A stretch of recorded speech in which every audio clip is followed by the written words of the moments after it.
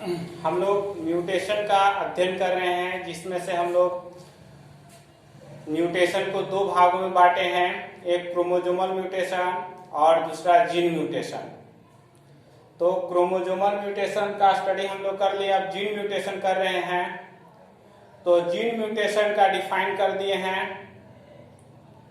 इसके बाद अब हम लोग को टाइप्स ऑफ जीन म्यूटेशन पढ़ना है। जीन म्यूटेशन का कितने प्रकार हैं, एक एक करके दोनों के हम विस्तार से समझेंगे।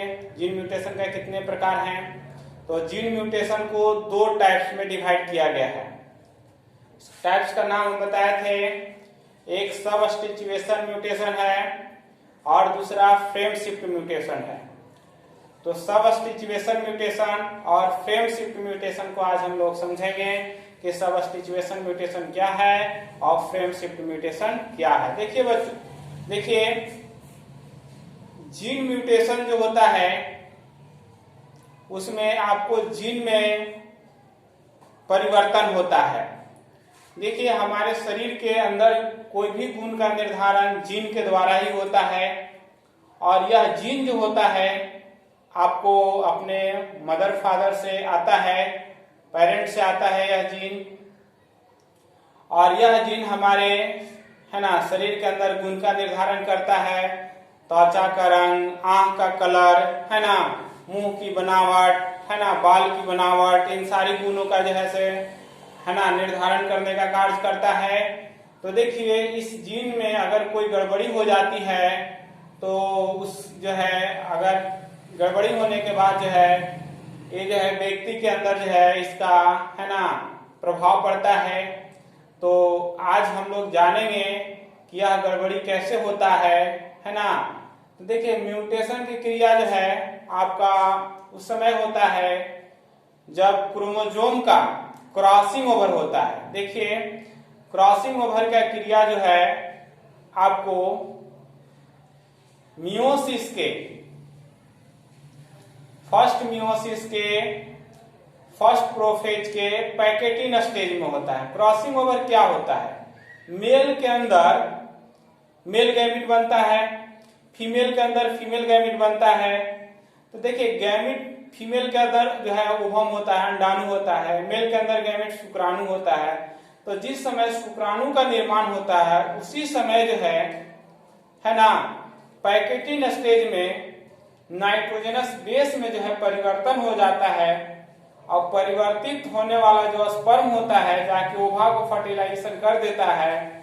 तो यह संतान में जो है लक्षण परिवर्तन आ जाता है, दोषपूर्ण लक्षण संतान में आ जाता है। या मदर का जो है ओवम से अंडाणु से जो बनता है, जो अंडाणु बनता है ना, तो उसमें भी मियोसिस का डिवीजन होता है, क्योंकि स्पर्म और ओवम आपको रिप्रोडक्टिव कोशिका होता है, जनन कोशिका होता है, उसमें मियोसिस का डिवीजन होता है।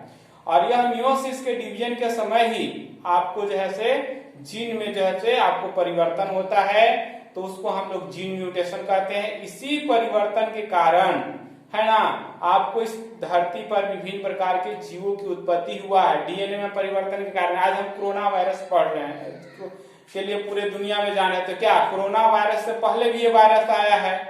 यदि यह मानव के द्वारा निर्मित नहीं वायरस होगा, यदि प्राकृतिक वायरस होगा, तो जो पहले से वायरस था उसी वायरस के जो है आरएनए मॉलिक्यूल्स में नाइट्रोजनस बेस में बदलाव हो गया और एक नया जो है से आपका जीन जो है क्रिएट हो गया, नया जीन का निर्माण हो गया, और जो है तेजी से जो है से आपको लंग्स को इफेक्ट कर रहा है, प्रभाव डाल रहा है, सेल पर वर्क करके सेल को नष्ट कर दे रहा है। तो यह परिवर्तन हुआ, ये सदियों से परिवर्तन होते आ रहा है। इसी परिवर्तन के कारण इस धरती पर विभिन्न प्रकार के जीव जो है देखने को मिलते हैं। यदि यह म्यूटेशन की क्रिया नहीं होता तो धरती पर विभिन्न प्रकार के जीवों का परिवर्तन नहीं होता है। यह परिवर्तन आपको जो है ना रेडियो विकिरण के द्वारा होता है ना, जो रेडियो विकिरण है थोरियम, यूरेनियम, इस सब के प्रभाव से भी होता है ना। तो आज हम लोग जानेंगे जीन म्यूटेशन के टाइप्स ऑफ जीन म्यूटेशन, कि इसमें कैसे चेंजिंग होता है। देखिए टाइप्स ऑफ जीन म्यूटेशन। देखिए बच्चों टाइप्स ऑफ जीन म्यूटेशन है ना, तो there are two types of gene mutation. देखिए जीन म्यूटेशन का दो प्रकार है। एक प्रकार है सबस्टिट्यूशन म्यूटेशन और दूसरा प्रकार जो है आपको frame shift mutation. Frame shift mutation. तो अब हम लोग जो है जानेंगे सबस्टिट्यूशन म्यूटेशन के बारे में। सबस्टिट्यूशन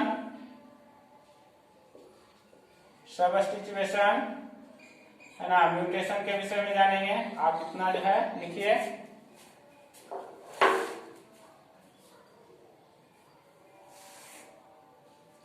तो देखिए अब हम जो है सबस्टिट्यूशन म्यूटेशन के विषय में जानेंगे। इसमें नाइट्रोजनस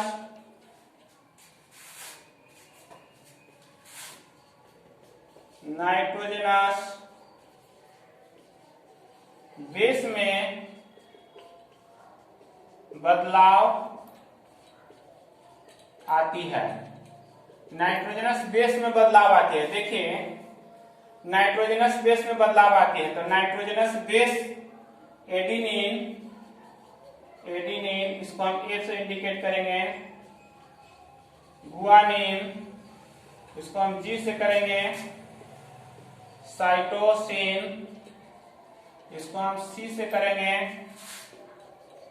थायमिन, इसको हम ए सभी डीएनए का नाइट्रोजनस बेस है।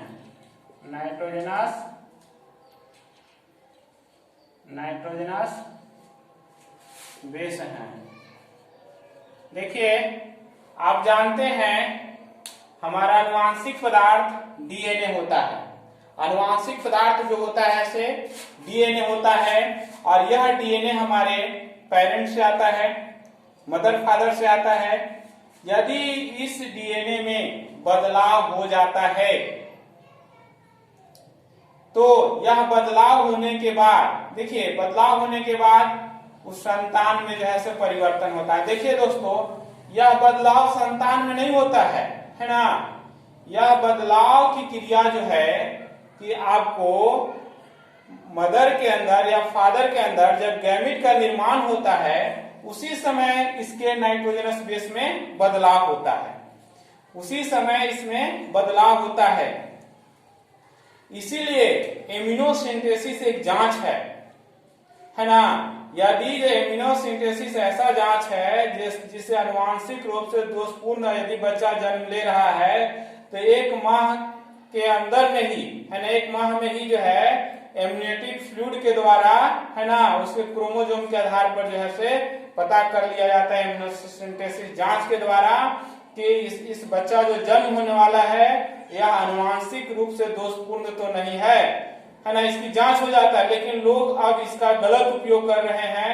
इम्यूनोसिंथेसिस टेस्ट का उपयोग है ना मेल फीमेल है ना, लड़का लड़की की पहचान के लिए किया जा रहा है। इसलिए इस जांच पर जो है प्रतिबंध भी है ना।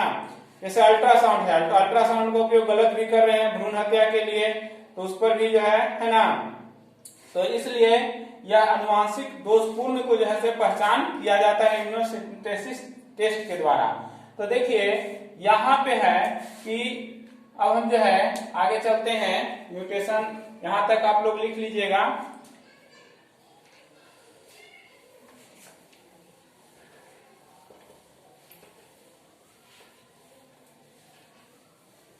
देखिए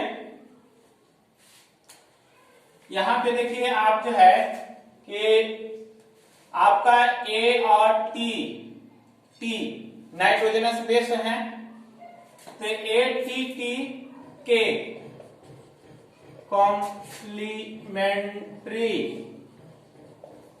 नाइट्रोजनस बेस A ए की जगह आएगा टी, ए होगा। देखिए जो डीएनए का स्टैंड है, मान के चलते हैं डीएनए का स्टैंड है, अगर यहाँ पे ए है, यहाँ पे टी है, यहाँ पे टी है, तो इसका जस्ट कॉम्प्लीमेंट्री जो है डीएनए का जो होगा वो ए के सामने जो है आपको 2 हाइड्रोजन बॉन्ड से टी आएगा, और टी के सामने जो है आपको है ना ए आएगा, और टी के सामने भी यहाँ ए आएगा। इस तरह से आपको हाइड्रोजन बॉन्ड होता है, हाइड्रोजन बॉन्ड होता है जो जुड़ा होता है, और एक नाइट्रोजनस बेस दूसरे नाइट्रोजनस बेस से नाइट्रोजन फास्फोडाइएस्टर बॉन्ड से जुड़ा रहता है, फास्फोडाइएस्टर बॉन्ड से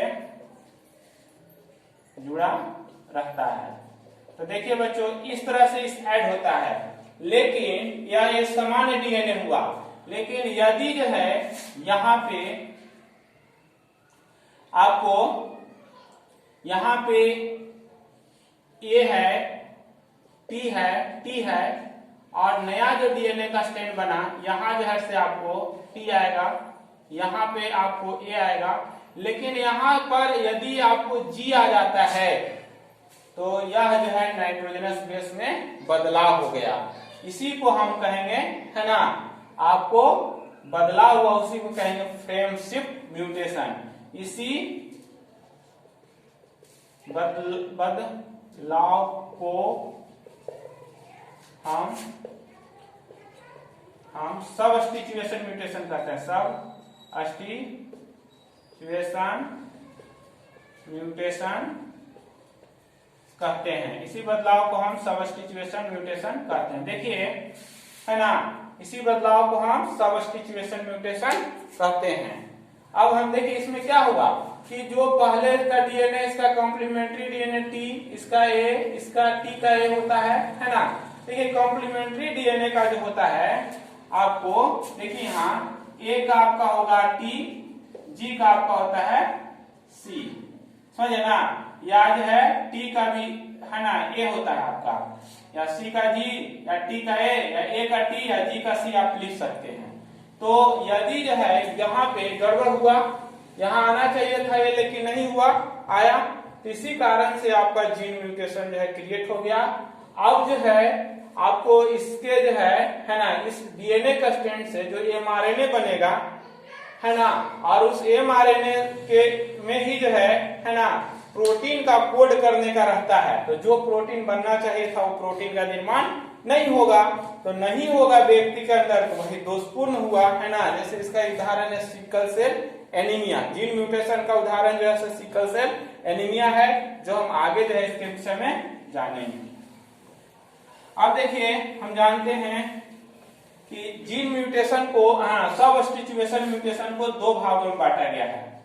सबस्टिट्यूशन म्यूटेशन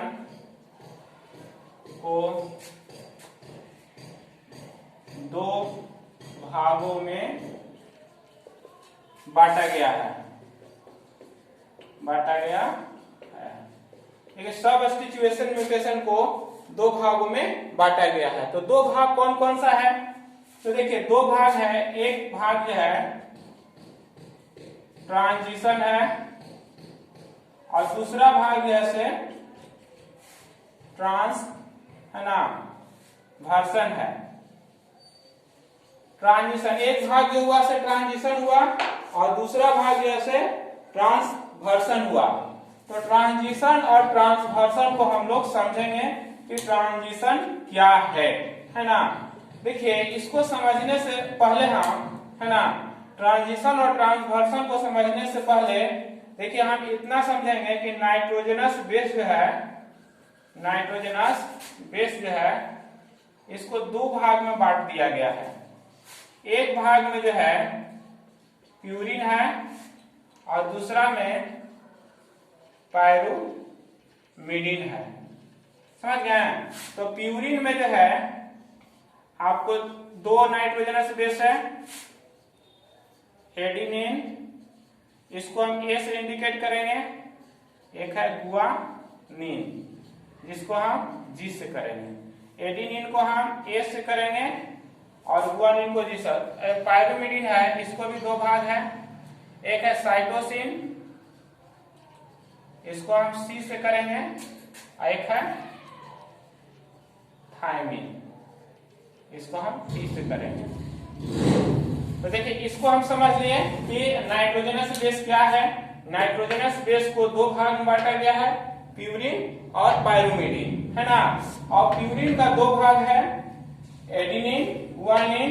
पायरुमिडीन का दो भाग है, साइटोसिन और थायमिन। देखिए यह नाइट्रोजनस बेस है, तो यह बैक्टीरिया का डीएनए हो या मनुष्य का डीएनए हो या हाथी का डीएनए हो, तमाम प्लांट का डीएनए हो, किसी का भी डीएनए हो, यह जो है चारों नाइट्रोजनस बेस ही रहता है, यही सेम है। कोई भी जीव है उसका जो नानुवांशिक पदार्थ जो डीएनए है उसमें चारों चीज जो है, या हाथी का लीजिए या पौधा का लीजिए, आपको सेम रहेगा। समझ गए ना, सेम चीज रहेगा।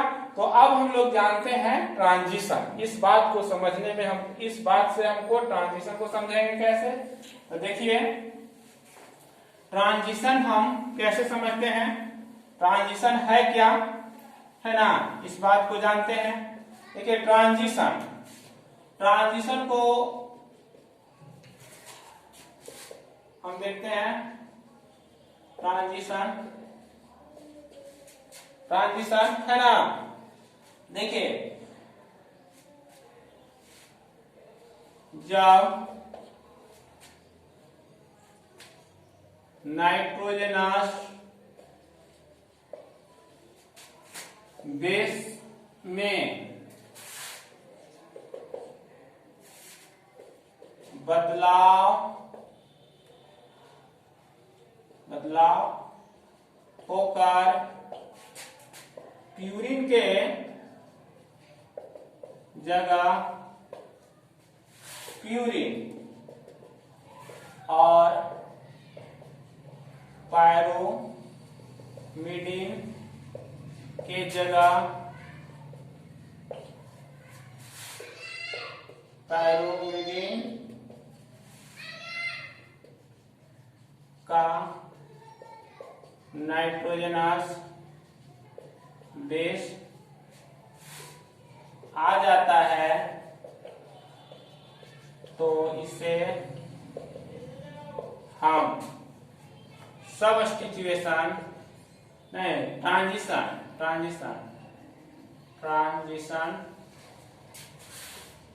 म्यूटेशन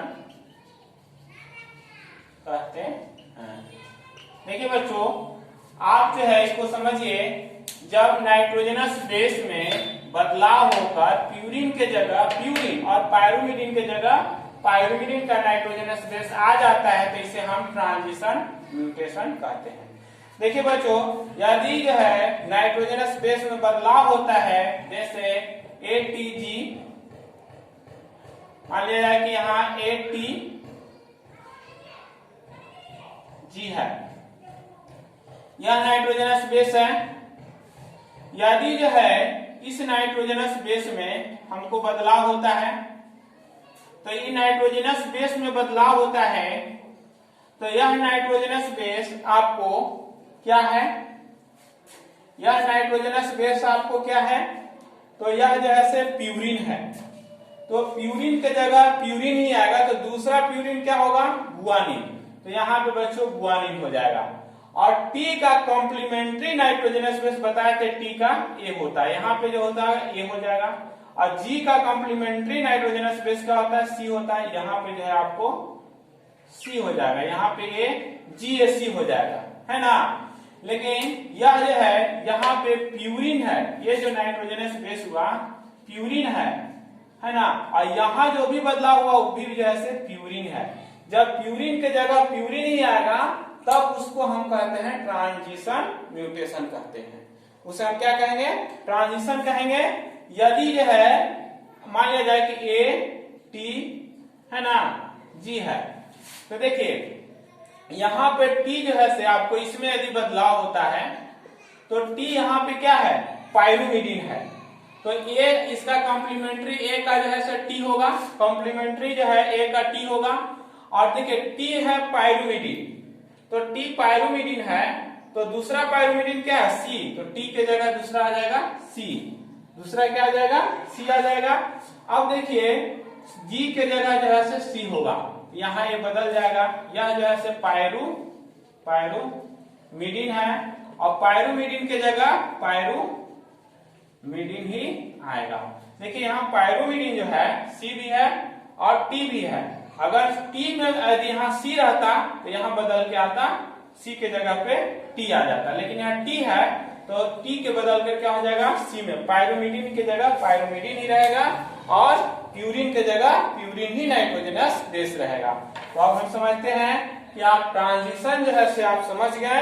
यह आपके जो है ना डीएनए में इस तरह का जब बदलाव होगा, है ना, इस तरह का, यानी कहने का मतलब है क्रॉसिंग ओवर की क्रिया होगी और ऐसा जब बदलाव होगा, है ना, तो हम इसको कहेंगे ट्रांजिशन म्यूटेशन। इस तरह के बदलाव को हम ट्रांजिशन म्यूटेशन कहेंगे। लेकिन अब हमको जानना है कि ट्रांसवर्सन म्यूटेशन कहेंगे किसको। अब जानना क्या है कि ट्रांसवर्सन म्यूटेशन हम कहेंगे किसको, इसके बारे में हमको जानना है। तो देखिए ट्रांसवर्सन म्यूटेशन के विषय में हम जानते हैं।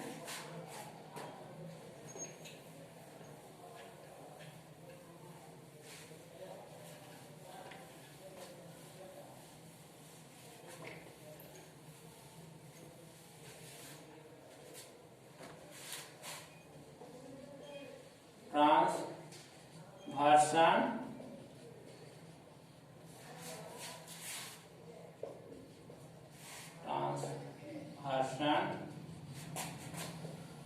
म्यूटेशन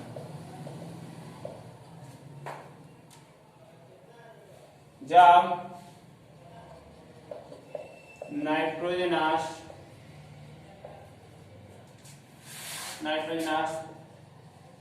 बेस में बदलाव होता है, जब नाइट्रोजनस बेस में बदलाव होता है तो प्यूरिन के जगह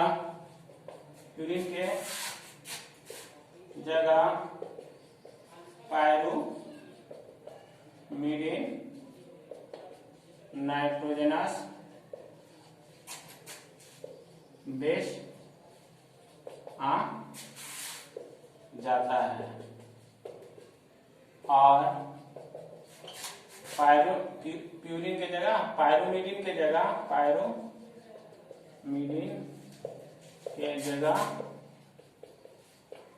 प्यूरिन नाइट्रोजनस बेस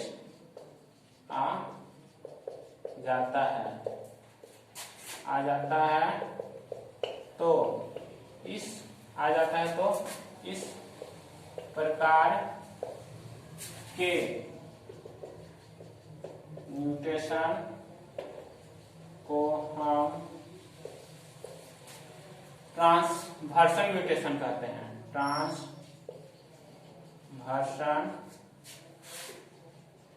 म्यूटेशन